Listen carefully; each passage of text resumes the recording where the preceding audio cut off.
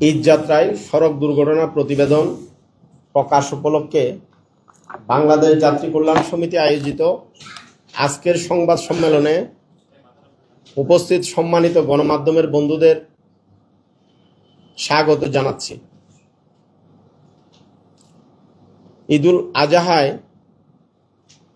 এবারের সড়ক দুর্ঘটনার প্রতিবেদন আমি আপনাদের সামনে উপস্থাপন করছি। আপনারা নিশ্চয়ই জানেন, প্রতি বছর আমাদের দেশে ঈদে বেশি মানুষের যাতায়াত হয়ে থাকে, ফলে সড়কে নানান অব্যবস্থাপনার কারণে দুর্ঘটনাও বেড়ে যায়। সেই কারণে বিগত 2016 সাল থেকে বাংলাদেশ যাত্রী কল্যাণ সমিতি সরকারের সংশ্লিষ্টদের ঘুম ভাঙাতে নিয়ন্ত্রক সংস্থা ও আইন শৃঙ্খলা রক্ষাকারী বাহিনীকে মাঠে সক্রিয় রাখার নিয়তে প্রতি বছর ঈদের আগে পরে যাত্রী সাধারণের নানান দাবি দাওয়া নিয়ে আপনাদের সম্মুখে হাজির হই। সদ্য বিদায়ী ঈদুল আজহায় সড়ক দুর্ঘটনার প্রতিবেদন নিয়ে আজ আপনাদের সম্মুখে হাজির হয়েছি। প্রিয় বন্ধুরা, পরিবহন মালিক ও শ্রমিক সংগঠনের প্রভাবমুক্ত থাকায় সড়কে চাঁদাবাজি কমলেও এবারের ঈদে অতিরিক্ত ভাড়া আদায়ের নৈরাজ্য চরমভাবে বেড়েছে। একই সাথে পাল্লা দিয়ে বেড়েছে সড়ক দুর্ঘটনা। ঈদের আগে ঈদের ছুটি কম থাকায় একসাথে বেশি মানুষ রাস্তায় নামার কারণে মানুষের যাতায়াতের ভোগান্তি, দীর্ঘ যানজটে আটকে পড়া, কাউন্টারগুলোতে চরম ভিড় এবং সড়কে বেপরোয়া যানবাহনের কারণে দুর্ঘটনা বেড়েছে। ভোক্তা অধিকার সংরক্ষণ অধিদপ্তর, বিআরটিএ, সেনাবাহিনী, পুলিশ সহ সরকারি সংস্থাগুলোর তৎপরতা দৃশ্যমান থাকলেও মানুষের দুর্ভোগ লাঘব করা যায়নি। প্রিয় বন্ধুরা, পবিত্র ঈদুল আজহায় সারা দেশে 379টি সড়ক দুর্ঘটনায় 390 জন নিহত হয়েছে, 1182 জন আহত হয়েছেন। একই সময়ে রেলপথে 25টি ঘটনায় 25 জন নিহত এবং 12 জন আহত হয়েছেন। নৌপথে 11টি ছোট দুর্ঘটনায় 12 জন নিহত এবং 6 জন নিখোঁজ রয়েছেন। সড়ক, রেল ও নৌপথে 415টি সড়ক দুর্ঘটনায় 427 জন নিহত, 1194 জন আহত হয়েছেন।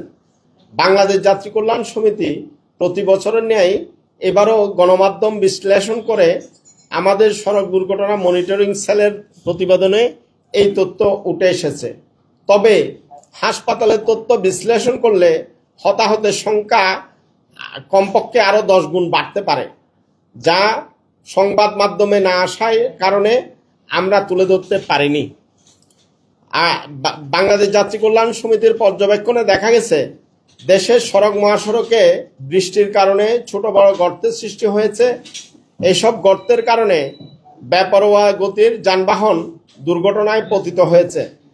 ঈদের পরে প্রায় 80% যানবাহন বিরামহীন ও বিশ্রামহীনভাবে একই চালক দিয়ে যানবাহন চালাতে গিয়ে বেশি দুর্ঘটনা সংঘটিত হয়েছে।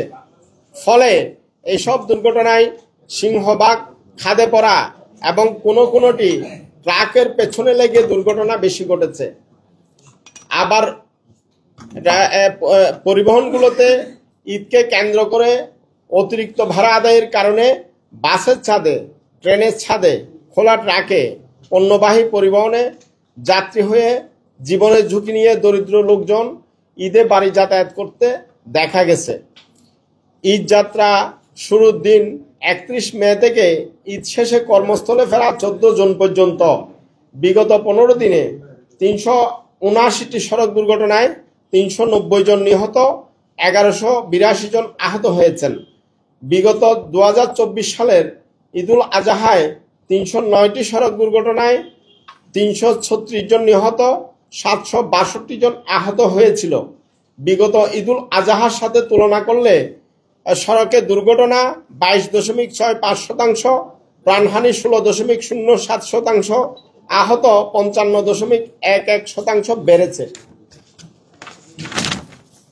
প্রতিবেদনে দেখা গেছে, বরাবরের মতো এবারও দুর্ঘটনার শীর্ষে রয়েছে মোটরসাইকেল।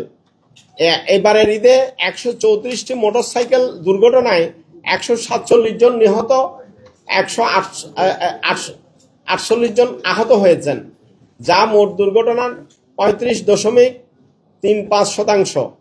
একই সময়ে সড়কে দুর্ঘটনায় আক্রান্ত 61 জন চালক, 50 জন পরিবহন শ্রমিক, 58 জন পথচারী, 40 জন নারী, 30 জন শিশু, 32 জন শিক্ষার্থী, 7 জন আইন শৃঙ্খলা রক্ষাকারী বাহিনীর সদস্য, 5 জন শিক্ষক, 1 জন চিকিৎসক, 1 জন প্রকৌশলী, 8 জন বিভিন্ন রাজনৈতিক দলের পরিচয় গণমাধ্যমে পাওয়া গেছে।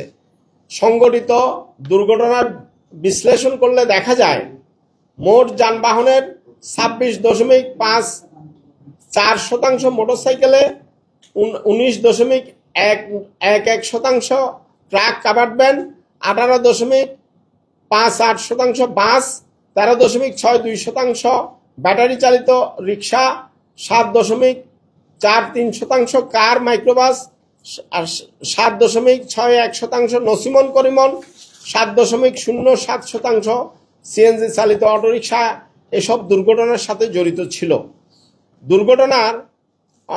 দুর্ঘটনার 28.23% মুখোমুখি সংঘর্ষ, 40.63% পথচারীকে গাড়ি চাপা দেওয়ার ঘটনা, 20.05% নিয়ন্ত্রণ হারিয়ে খাদে পড়ার ঘটনা, 0.79% ট্রেন এবং যানবাহনের সংঘর্ষ, 10.29% অন্যান্য অজ্ঞাত কারণে সংঘটিত হয়েছে।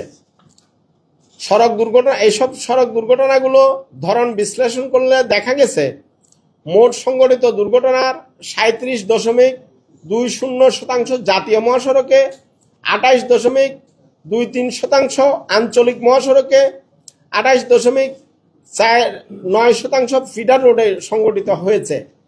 এছাড়াও সারা দেশে সংঘটিত মোট দুর্ঘটনার 4.48% ঢাকা মহানগরীতে, 0.79% চট্টগ্রাম মহানগরীতে এবং 0.79% রেল ক্রসিংগুলোতে সংঘটিত হয়েছে। ঈদের আগে আমরা যেটা পর্যবেক্ষণে দেখেছি, ঈদের আগে ছুটি কমপক্ষে 4 দিন রাখা হলে ধাপে ধাপে মানুষ বাড়ি যাওয়ার সুযোগ পায়, যেটা আমরা পবিত্র ঈদুল ফিতরে আমরা লক্ষ্য করেছি। ফলে যানজট এবং দুর্ঘটনা কমে আসে। বিগত ঈদুল ফিতরে স্বস্তিদায়ক ঈদযাত্রা পর্যবেক্ষণ করে এমন চিত্র দেখা গেছে। ঈদে যাতায়াত ব্যবস্থা নিয়ে আমাদের দীর্ঘমেয়াদী পরিকল্পনা প্রয়োজন। যেহেতু আমাদের দেশে বেশি মানুষের যাতায়াত হয়, সেই কারণে আমরা মনে করি এটার জন্য একটা দীর্ঘমেয়াদী আমাদের প্ল্যান থাকা দরকার। সড়কে সবার আগে আমাদের উন্নত গণপরিবহন ব্যবস্থা এবং ব্যবস্থাপনার সক্ষমতা, আমাদের পরিবহনগুলো পরিচালনার যে ব্যবস্থাপনা, এই ব্যবস্থাপনায় চরম ঘাটতি আছে, চরম দুর্বলতা আছে। ছোট ছোট যানবাহন জাতীয় মহাসড়ক থেকে উচ্ছেদ করতে হবে। প্রশিক্ষিত চালক, ফিটনেসবিহীন যানবাহন, মানসম্মত সড়কের পাশাপাশি আইনের সুশাসন কঠোরভাবে নিশ্চিত করতে হবে। এই দেশে শিক্ষা বিস্তারের রাষ্ট্রীয় ভর্তুকি আছে, কিন্তু গাড়ি চালকরা ড্রাইভিং শিখতে গেলে তাদেরকে ট্যাক্স এবং ভ্যাট দিতে হচ্ছে। ফলে রাষ্ট্রীয় পৃষ্ঠপোষকতায় গাড়ি তৈরির জন্য এখনো পর্যন্ত রাষ্ট্রীয় উদ্যোগে কোনো চালক তৈরি করার প্রতিষ্ঠান গড়ে ওঠেনি। আমি জরুরি ভিত্তিতে সড়ক নিরাপত্তায় প্রতিবন্ধকতা সৃষ্টিকারী ড্রাইভিং স্কুলের শিক্ষার্থী চালকদের উপর আরোপিত ভ্যাট এবং ট্যাক্স প্রত্যাহারের জন্য সরকারের কাছে জোর দাবি জানাচ্ছি। আপনাদের অবগতির জন্য জানাচ্ছি, বিগত সরকার সড়কে ভুক্তভোগী অংশীজন বৃহত্তর অংশীজন যাত্রী সাধারণের মতামত না নিয়ে যাত্রী প্রতিনিধির সাথে আলাপ আলোচনা ছাড়া সড়ক পরিবহন আইন 2018 প্রণয়ন করেছিলেন। ফলে এই আইন প্রয়োগের এখন 6 বছর পার হলেও সড়কের অবস্থা কিন্তু পরিবর্তন দৃশ্যমান হয়নি। আপনারা দৃশ্যমান দেখতে পাচ্ছেন না। মানুষের যাতায়াতের ভোগান্তি এবং প্রাণহানি কমেনি।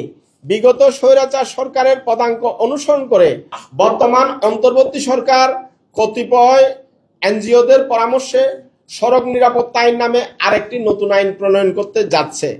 সড়কের ভুক্তভোগী বৃহত্তর অংশীজনের প্রতিনিধি হিসেবে আমি সরকারকে বলতে চাই, সড়কের অবকাঠামো সংস্কার করুন, সড়ক মহাসড়কে পদচারীদের জন্য নিরাপত্তা বেষ্টনী ফুটপাত নির্মাণ করুন, করিডোর ভিত্তিক জাতীয় মহাসড়ক গড়ে তুলুন, উন্নত প্রযুক্তিতে আইনের প্রয়োগ নিশ্চিত করুন, সড়ক নিরাপত্তায় দেশে স্টার মানের অন্তত একটি সড়ক অবকাঠামো গড়ে তুলুন। যানবাহনের ফিটনেস পদ্ধতি এখনো সেকেলে রয়েছে। সড়ক নিরাপত্তার পিলারসমূহ, বিশেষ করে জনপ্রত্যাশিত যুগোপযোগী সড়ক আইন, সড়কের সার্বিক নিরাপত্তামূলক অবকাঠামো, দক্ষ চালক, নিরাপদ যানবাহন, আইনের কঠোরতম প্রয়োগ, সচেতন নাগরিক সমাজ তৈরি, আধুনিক সড়ক নিয়ন্ত্রণ ব্যবস্থার পদ্ধতি, কোনো কিছুই ঠিকঠাক না করে কেবল একের পর এক আইনের বোঝা চাপিয়ে নিরাপদ সড়ক বিনির্মাণ কোনোভাবেই সম্ভব নয়। অবকাঠামো ঠিক করে সড়ক পরিবহন আইন 2018 কঠোরতম প্রয়োগের মধ্য দিয়ে সড়কে দুর্ঘটনা এবং মানুষের যাতায়াতের ভোগান্তি কমানোর পাশাপাশি সড়কের শৃঙ্খলা প্রতিষ্ঠাও সম্ভব বলে আমরা মনে করি। আমার বাংলাদেশ যাত্রী কল্যাণ সমিতির পর্যবেক্ষণে এবারের ঈদে সংঘটিত দুর্ঘটনার কারণসমূহ: 1. ঈদের আগে ছুটি কম থাকায় একসাথে বেশি মানুষ রাস্তায় নামায় বিশৃঙ্খল পরিস্থিতি তৈরি। 2. সড়ক মহাসড়কে মোটরসাইকেল, ব্যাটারি চালিত রিক্সা, অটোরিকশার অবাধে চলাচল। 3. সড়ক মহাসড়কে রোড সাইন ও রোড মার্কিং সড়ক বাতি না থাকায় এবং হঠাৎ ফিডার রোড থেকে ছোট যানবাহন উঠে আসায় এইসব দুর্ঘটনা সংঘটিত হয়েছে। 4. সড়কের মিডিয়ান বা রোড ডিভাইডার না থাকা, সড়কে গাছপালার অন্ধভাগের সৃষ্টি। 5. সড়ক মহাসড়কের নির্মাণ ত্রুটি, যানবাহনের ত্রুটি, ট্রাফিক আইন অমান্য করার প্রবণতা। 6. উল্টো পথের যানবাহন, সড়কে চাঁদাবাজি, পণ্যবাহী যানবাহনের যাত্রী বহন। 7. অদক্ষ চালক, ফিটনেসবিহীন যানবাহন, অতিরিক্ত যাত্রী বহন। 8. বেপরোয়া যানবাহন চালানো এবং বিরামহীন ও বিশ্রামহীনভাবে একজন চালক দিয়ে যানবাহন চালানো। 9. সড়কে মাঝে বৃষ্টির কারণে গর্তের সৃষ্টি এবং ভাঙাচোরা সড়ক। Immigration to Canada. We provide the best quality service and solution for Canada immigration. Please visit our website and contact for details.